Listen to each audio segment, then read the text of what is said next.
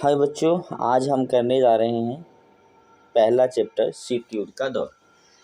अगर वैसे हम समझने की कोशिश करें तो पहला चैप्टर जो शीत युद्ध का दौर है ये सिलेबस से हट चुका है, लेकिन शीत युद्ध का अंत कैसे होता है ना, उसको अगर अच्छी तरीके से हमें समझना है तो हमें समझना पड़ेगा कि शीत युद्ध का दौर जो है वो कहाँ से स्टार्ट होता है, कैसे कैसे रहता है, किस किन देशों के बीच ये शीत युद्ध चलता है, ठीक है, और कौन कौन सी ऐसी परिस्थितियाँ होती है जिसके कारण फिर शीत युद्ध का अंत होता है। तो इसीलिए हम पहला चैप्टर समझ रहे हैं, है ना, बट सिलेबस में नहीं है। तो पहले हम जान लेते हैं कि जो प्रथम विश्व युद्ध हुआ वो 1914 से लेकर 1918 तक चला। दूसरा जो विश्व युद्ध है वो 1939 से 45 तक चला। आप सोच रहे हैं इसमें पहला और दूसरा विश्व युद्ध क्यों आ गया। तो देखो, दूसरे जो विश्व युद्ध है ना, वहीं से स्टार्ट होता है ना, हमारी चीज़ें, है ना, शीत युद्ध की जो शुरुआत होती है, इसीलिए हम दूसरे विश्व युद्ध का जिक्र कर रहे हैं। ठीक, तो दूसरे विश्व युद्ध में देखिए होता क्या है। जो दूसरा विश्व युद्ध जब चल रहा होता है तो ये जो अमेरिका है और ये सोवियत संघ है, तो एक ही गुट में होते हैं, जो क्या कहलाता है, मित्र राष्ट्र कहलाता है। ठीक है, और इस समय जो दूसरा समूह होता है ना, देशों का, वो कहलाता है धुरी राष्ट्र, जिसमें जर्मनी, इटली और जापान होते हैं। ठीक है, ये चीज़ें। तो पहला विश्व युद्ध कब से कब तक चला? 1914 से 18 तक चला।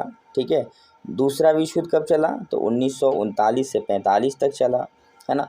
मित्र राष्ट्र में कौन कौन से देश थे? तो ब्रिटेन था, अमेरिका था, फ्रांस था, सोवियत संघ था, और धुरी राष्ट्र में इटली था, जर्मनी था और जापान था। ठीक है, मेनली हमें चीज़ें जो जाननी हैं वो ये जाननी है कि जब ये युद्ध चल रहा था उस समय जब ये दूसरा विश्व चल रहा था, है ना, उस समय मित्र राष्ट्र में अमेरिका और सोवियत संघ, ये दोनों एक ही समूह में थे। उसके बाद परिस्थितियां बदलती है, ठीक है, और अमेरिका और सोवियत संघ, है ना, दोनों एक दूसरे के खिलाफ हो जाते हैं, और यहीं से शुरुआत होता है हमारा शीत युद्ध का। ठीक है, तो अब हम थोड़ा सा समझेंगे कि भाई शीत युद्ध कैसे स्टार्ट होता है। तो समकालीन विश्व राजनीति क्या है, थोड़ा सा इसको समझ लेते हैं। ठीक है, तो इसमें कह रहा है द्वितीय विश्व युद्ध के बाद से अब तक जो भी वैश्विक घटनाएं हैं वही कहलाता है भाई समकालीन विश्व राजनीति। ठीक है, तो दूसरा विश्व युद्ध जहाँ से स्टार्ट होता है और अब तक की जो भी वैश्विक घटनाएं हैं वही कहलाती है समकालीन विश्व राजनीति।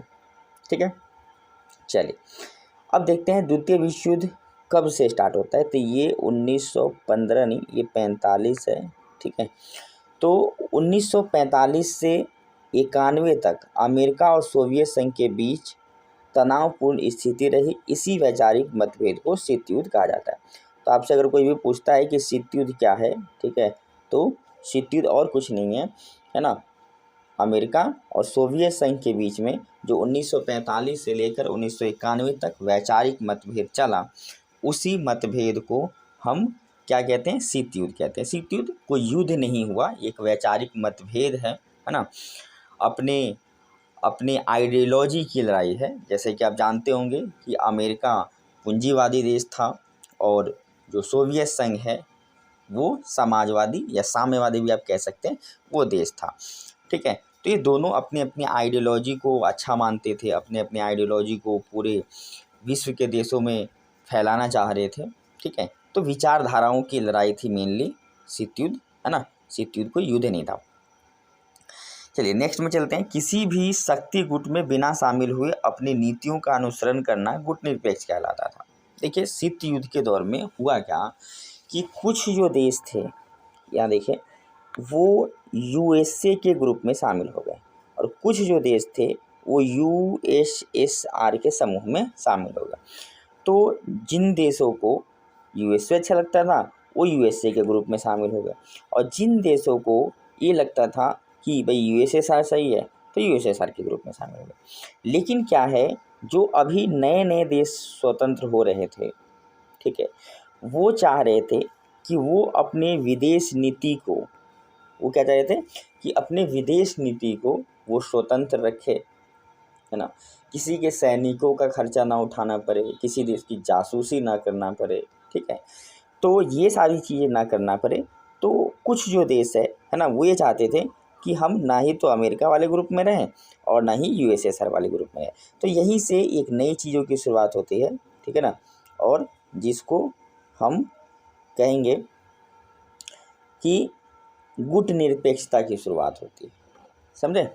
तो अब कुछ देश ऐसे थे जो ये चाहते थे कि ना ही तो हम किस में जाए, यूएसए में जाए, और ना ही हम किस में जाए, यूएसएसआर, है ना, यानी कि अमेरिका में ना ही जाए और ना ही सोवियत संघ में जाए, है ना। तो उन्होंने एक नई नीति की शुरुआत की, ठीक, और उन्होंने गुट निरपेक्ष आंदोलन में शामिल होने की सोची। तो यही कह रहा है कि किसी भी शक्ति गुट में शामिल हुए बिना, ठीक है, या उनके नीतियों का अनुसरण किए बिना, ठीक है, अगर गुट निरपेक्ष में कोई शामिल होना चाहता है तो वो हो सकता है। तो किसी भी शक्ति गुट में, है ना, बिना शामिल हुए अपनी नीतियों का अनुसरण करना ही गुट निरपेक्ष कहलाता है। किसी भी गुट के जो नीतियां हैं उसका अनुसरण न करके, है ना, गुट निरपेक्ष में शामिल हो जाना ही क्या कहलाता है, गुट निरपेक्षता कहलाता है। उसके बाद नेक्स्ट में क्या है आपका, संयुक्त राष्ट्र संघ जो ये है समाजवादी है, अमेरिका क्या है, पूंजीवादी है, ठीक। तो अमेरिका क्या है, पूंजीवादी है, और संयुक्त राष्ट्र संघ क्या है, समाजवादी है, ठीक है। उसके आगे क्या है कि 1961 में यूगोस्लाविया की राजधानी, नहीं, शीत युद्ध काल में अमेरिका ने नाटो, सीटो जैसे सैनिक संगठन बनाए तथा सोवियत संघ से वार्सा पैक्ट जैसे सैनिक, है ना, गुट का निर्माण किया। तो शीत युद्ध के समय में अमेरिका ने कैसे नाटो, सीटो जैसे सैनिक संगठन बनाए ताकि वो क्या कर सके, सोवियत संघ का मुकाबला कर सके। फिर सोवियत संघ कौन सा कम था, सोवियत संघ ने भी वार्सा पैक्ट जैसे सैनिक संगठन बनाए, है ना। तो ये दोनों ने ही सैनिक संगठन बनाए ताकि ये दोनों एक दूसरे का मुकाबला कर सके। नेक्स्ट में क्या है, 1961 में यूगोस्लाविया की राजधानी बेलग्रेड में भारत की अगुवाई पर गुटनिरपेक्ष आंदोलन की शुरुआत घाना तथा मिस्र में हुआ, ठीक है। तो भारत और यूगोस्लाविया और घाना और भी बहुत सारे देश थे इसमें, ठीक है। तो इनके साथ मिल करके भारत ने गुट निरपेक्ष की शुरुआत की, और भारत स्वयं किसी भी गुट में शामिल नहीं हुआ, ना ही अमेरिका में और ना ही सोवियत संघ में, बल्कि गुट निरपेक्ष में शामिल हुआ। नेक्स्ट में क्या है, शीत युद्ध के दौरान भारत ने विकासशील देशों की गुट निरपेक्षता जैसे मंच प्रदान करने में महत्वपूर्ण भूमिका निभाई। तो शीत युद्ध का जब दौर चल रहा था उसी समय भारत ने, यूगोस्लाविया ने, घाना जैसे देशों ने, है ना, गुट निरपेक्ष नीति बनाई, ठीक है। और इसमें फिर बहुत सारे देश शामिल हुए। इसमें शामिल होने के फ़ायदे क्या थे कि अमेरिका और सोवियत संघ की बहुत सारी जो शर्तें थी, है ना, वो इन देशों को नहीं मानना पड़ता था, ठीक है। और देखो, जो यूएसए में शामिल हो रहे थे या जो देश यूएसएसआर में, किसमें, यूएसएसआर में शामिल हो रहे थे, है ना, उनका रीज़न क्या था कि जब कोई देश, है ना, चाहे अमेरिका के गुट या सोवियत संघ के गुट, कोई भी गुट या खुद अमेरिका या सोवियत संघ जब उन देशों पर हमला करेगा, है ना, तो फिर उनको बचाएगा कौन। इसीलिए छोटे छोटे स्वतंत्र देश जो थे, कुछ अमेरिका के साथ शामिल हो रहे थे और कुछ यूएसएसआर के साथ शामिल हो रहे थे, ठीक है, ताकि वो किसी भी जब युद्ध जैसी स्थिति हो तो अमेरिका या सोवियत संघ उनकी मदद कर सके, ठीक है। तो वही चीज़ यहाँ पे किसको मिल गई, मतलब गुट निरपेक्ष आंदोलन जो है वहाँ से प्राप्त हो गई। गुट निरपेक्ष आंदोलन जो था, है ना, जो आप गुट निरपेक्ष आंदोलन की बात यहाँ पे कर रहे हैं, है ना, तो जो गुट निरपेक्ष आंदोलन था, ठीक है ना, इसकी स्ट्रेटजी क्या थी, इसकी स्ट्रेटजी ये थी कि जो भी देश गुट निरपेक्ष आंदोलन में शामिल होगा, क्या बोला, जो भी देश गुट निरपेक्ष आंदोलन में शामिल होगा, अगर उसके ऊपर कोई भी देश हमला करता है तो गुट निरपेक्ष आंदोलन के सभी देश उसको अपने ऊपर हमला मानेंगे, ठीक है, और उस देश को, है ना, जिसने भी हमला करा है है ना, उससे उसको बचाएंगे। और इसी के लिए तो अमेरिका या सोवियत संघ के साथ जो छोटे छोटे 9 स्वतंत्र देश थे वो शामिल हो रहे थे, ठीक है। और ये जो हल है उसको यहाँ पे मिल गया, तो जो नए नए स्वतंत्र देश थे वो गुटनिरपेक्ष आंदोलन में शामिल होना शुरू हो गए, ठीक है। अब शीत युद्ध के कारण क्या थे, तो बर्लिन की दीवार की क्या कर दी गई, नाकेबंदी की गई, इसीलिए शीत युद्ध शुरुआत हुआ, ठीक है। बर्लिन की दीवार की नाकेबंदी क्या थी कि बर्लिन जो था, है ना, वो 2 हिस्सों में बट गया, है ना। जैसे मान लो ये दीवार बना दी, तो इधर जो लोग थे वो पूंजीवादी सोच के थे, क्या थे भाई, पूंजीवादी सोच के थे, ठीक है। और इधर जो थे, है ना, वो समाजवादी सोच के थे, कैसे सोच के थे, समाजवादी सोच के थे, ठीक है। तो जो बर्लिन था शहर, वो क्या हो गया, 2 हिस्सों में बट गया, ठीक है। एक समाजवादी सोच वाले, एक पूंजीवादी सोच वाले, ठीक है। तो यहीं से लड़ाई स्टार्ट हो गई समाजवादी और पूंजीवादी की। तो बर्लिन की नाकेबंदी जो हुई 1948 में हुआ, इसके कारण ऐसा हुआ। 1950 में कोरिया संकट आया, है ना, इसके कारण ऐसा हुआ। उसके बाद 1954 में वियतनाम में अमेरिका ने हस्तक्षेप कर दिया, इसके कारण शीत युद्ध स्टार्ट हुआ, ठीक है। क्यूबा मिसाइल संकट, ठीक है, इसके कारण हुआ। भारत पाक युद्ध हो गया, इसके कारण हुआ। और अफगानिस्तान में सोवियत संघ का हस्तक्षेप। तो इन सभी कारणों से ऐसा माना जाता है कि किसका युद्ध हुआ भाई, शीत युद्ध की शुरुआत हुई इन सभी कारणों से, यानी बर्लिन की नाकेबंदी करने के कारण, है ना, कोरिया संकट के कारण, वियतनाम में अमेरिका ने हस्तक्षेप कर दिया उसके कारण, क्यूबा मिसाइल संकट के कारण, भारत पाक युद्ध हो गया उसके कारण, और अफगानिस्तान में, है ना, सोवियत संघ का हस्तक्षेप हो गया इसके कारण। तो इन सभी कारणों से माना जाता है कि भाई शीत युद्ध की शुरुआत हुई। उसके बाद महाशक्तियों को छोटे देशों से लाभ। अब देखो क्वेश्चन क्या है कि भाई जो महाशक्तियाँ थी, ठीक है, इन्होंने क्यों ठेका ले लिया छोटे देशों का कि भाई तुम्हारे ऊपर कोई भी देश हमला करेगा और हम तुम्हें बचाएंगे, भाई कोई ना कोई कारण तो होगा। तो यही टॉपिक है कि जो महाशक्तियाँ हैं वो छोटे देशों को अपने समूह में शामिल क्यों करती थी, इसके पीछे उनका क्या लाभ था, ठीक है। तो इस चीज़ को हमें समझना है।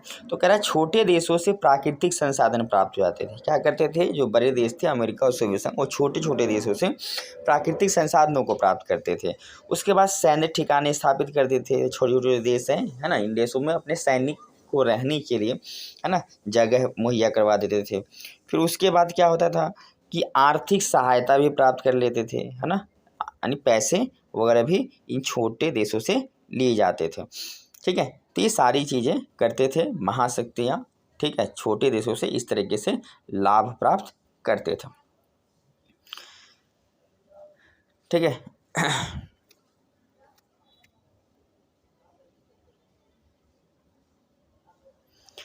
अब नेक्स्ट है चौथा पॉइंट कि क्यों महाशक्तियाँ छोटे देशों को अपने ग्रुप में शामिल करते थे।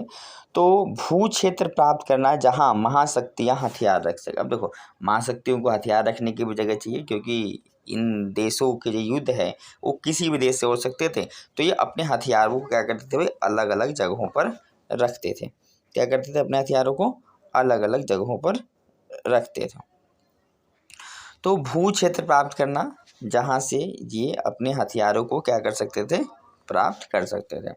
उसके बाद छोटे देशों से दूसरे देशों की जासूसी करवाना, जो छोटे छोटे देश है ना, उससे दूसरे देशों की जासूसी करवाना। जैसे मान लो कि पाकिस्तान अमेरिका के ग्रुप में शामिल था उस समय, ठीक है।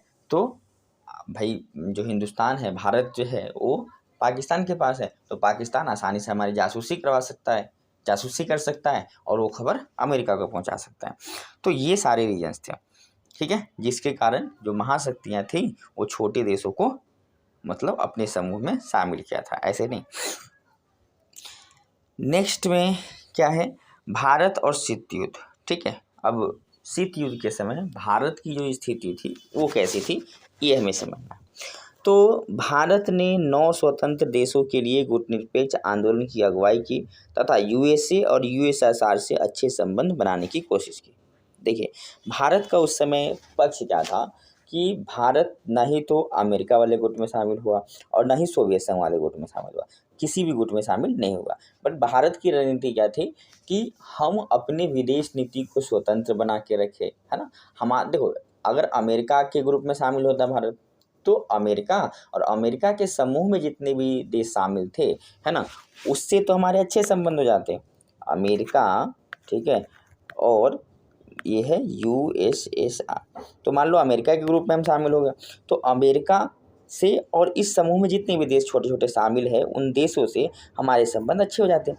लेकिन हम उस समय यूएसएसआर, ठीक है, से और उसके जो भी समूह में शामिल देश है ना, उनसे हमारी दुश्मनी हो जाती। सेम ऐसे ही अगर हम करते यूएसए हो गया ये, ठीक है, अब बोलोगे यूएसए में नहीं शामिल होते, हम तो यूएसएसआर में शामिल होते। वैसे कहा भी जाता है कि शीत युद्ध के दौरान जो भारत का झुकाव था वो कहीं ना कहीं, है ना, किसके तरफ था, यूएसएसआर की तरफ था, है ना। तो इसीलिए झुकाव हमारा यूएसएसआर की तरफ था, तो हमारा यूएसए से बनता नहीं था। अमेरिका से पहले हमारी रिश्ते जो थे इतने अच्छे नहीं थे। ये बाद में जा करके, है ना, जैसे जैसे परिस्थितियाँ बदली हैं, है ना, हमारे अमेरिका से संबंध अच्छे होते जा रहे हैं। तो यूएसएसआर के साथ हमारे झुकाव थे, यानी कि हमारे लगभग ठीक ठाक संबंध थे, ठीक है। हमने मतलब साफ शब्दों में ये नहीं कहा था कि हम यूएसएसआर के साथ हैं। हम तो उस समय जो हमारा पॉलिटिकल नीति था ये था कि भाई हम गुटनिरपेक्ष आंदोलन के साथ हैं, न ही हम यूएसए के साथ हैं और न ही यूएसएसआर के साथ हैं। क्यों? क्योंकि भारत की नीति ये थी कि हम वैश्विक स्तर पर जो गुटबाजी चल रही थी, ठीक है, अमेरिका और सोवियत संघ की, उसको ख़त्म करने की थी, ठीक है। इसीलिए भारत ना ही तो अमेरिका में शामिल हुआ और न ही यूएसएसआर में शामिल हुआ, बल्कि गुटनिरपेक्ष आंदोलन में ही बना रहा, ताकि जो भारत के संबंध है उस सभी देशों से अच्छा रहे और सभी देशों से लाभ लेते रहे, है ना, और अपनी आर्थिक उन्नति करता रहे। उसके बाद सशस्त्र नियंत्रण संधि यहाँ पे दे रखा है कुछ, ठीक है। तो LTBT ये जो संधि आई थी, है ना, ये कब हुआ? तो ये 5/10/1963 को हुआ, ठीक है। ये क्या था? तो जल, वायुमंडल, है ना, बाह्य अंतरिक्ष में परमाणु परीक्षण प्रतिबंध, यानी कि आप ये जो जगह लिखी हुई है वहाँ से कहीं भी आप परमाणु परीक्षण नहीं, यानी जल में कर सकते थे, न ही वायुमंडल में कर सकते थे, और न ही बाह्य अंतरिक्ष में आप कोई परमाणु, है ना, परीक्षण कर सकते थे, है ना। इस संधि का ये मतलब निचोड़ था। उसके बाद NPT क्या है, ठीक है, तो न्यूक्लियर नॉन, है ना, प्रोफेरेशन टेरिटरी, ये कब हुआ? NPT तो 1/7/1968 में हुआ ये। उसके बाद SALT, ठीक है, ये कब हुआ? घातक प्रतिरक्षा हथियार परिसीमन संधि, तो हुआ 1/5/1972 को, ठीक है।